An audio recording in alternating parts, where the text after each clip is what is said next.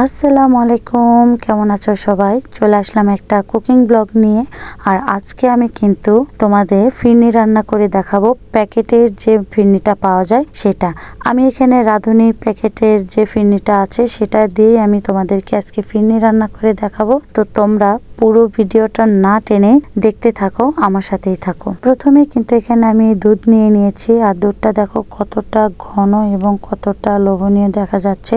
আর এখানে আমি ফিরনির মিক্স নিয়ে নিয়েছি রাঁধুনিরটা, তোমরা যে কোনো ব্র্যান্ডের নিয়ে নিতে পারো। তো আমার কাছে রাঁধুনিরটাই ভালো লাগে। তো আমি প্যাকেটটা খুলে নিচ্ছি। প্যাকেটটা খুলে নিয়ে কিন্তু আমি রেখে দিলাম সাইডে। আর এদিকে কিন্তু দুধে কিন্তু বলক এসে গেছে। আর হ্যাঁ, আজকে কিন্তু আমি 2 প্যাকেট ধরেই রান্না করব, তাই এখানে 2 লিটার দুধ নিয়েছি। এরপরে কিন্তু ফিরনি মিক্সের প্যাকেটগুলো আমি সুন্দর করে কেটে নিয়েছি। আর প্রথমে কিন্তু আমি পুরোটা কিন্তু ঢেলে দিচ্ছি। ঢেলে দিয়ে কিছুক্ষণ কিন্তু নাড়াচাড়া করে নিয়েছি।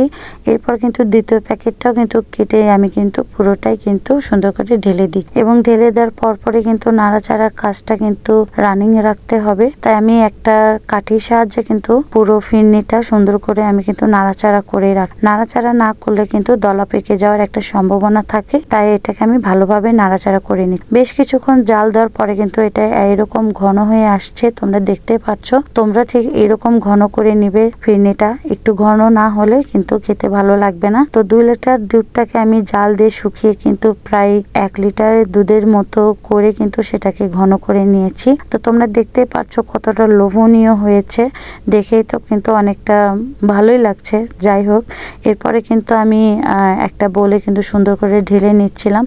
হালকা একটু গরম থাকতে থাকতে কিন্তু এটাকে ঢেলে নেবে। ঢেলে নেওয়ার পরে কিন্তু একটু সেট হওয়ার জন্য সময় দিলে উপরে এরকম ড্রাই হয়ে আসবে।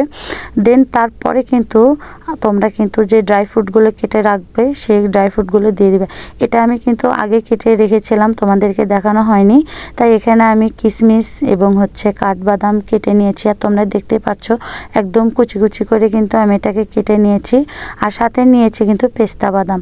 পেস্তা বাদামটাকেও ঠিক একই রকম করে সুন্দর করে কুচি কুচি করে কেটে নিয়েছি। তাই আমি এটাকে সুন্দর করে ডেকোরেশন করার জন্য পেস্তা বাদাম, কাঠবাদাম এবং কিশমিশ দিয়ে দিয়েছি। তো তোমরা দেখতে পাচ্ছ আমি এখন ডেকোরেশনের কাজগুলো করছি। তোমরা চাইলে এটা কিন্তু খাওয়ার সময় কিন্তু ফ্রিজের উপর এভাবে সাজিয়ে দিতে পারো। তো আমি এখানে বোলের ভিতরে সুন্দর করে দিয়ে দিচ্ছি। প্রথমে কিশমিশ দিয়ে দেওয়ার পরে কিন্তু আমি দিয়ে দিচ্ছি কাঠবাদাম। কাঠবাদাম সুন্দর করে উপর দিয়ে ছিটে ছিটে ছিটে ছিটে দেওয়ার পরে কিন্তু এরপর আমরা দিব পেস্তা বাদাম। তো পেস্তা বাদাম ঠিক একই রকম করে কিন্তু আমরা দিয়ে দিব।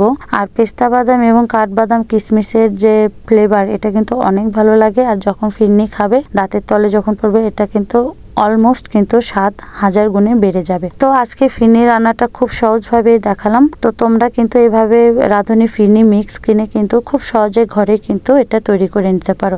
তো আজকে এ পর্যন্তই। সবাই ভালো থাকবে, সুস্থ থাকবে। আল্লাহ হাফেজ।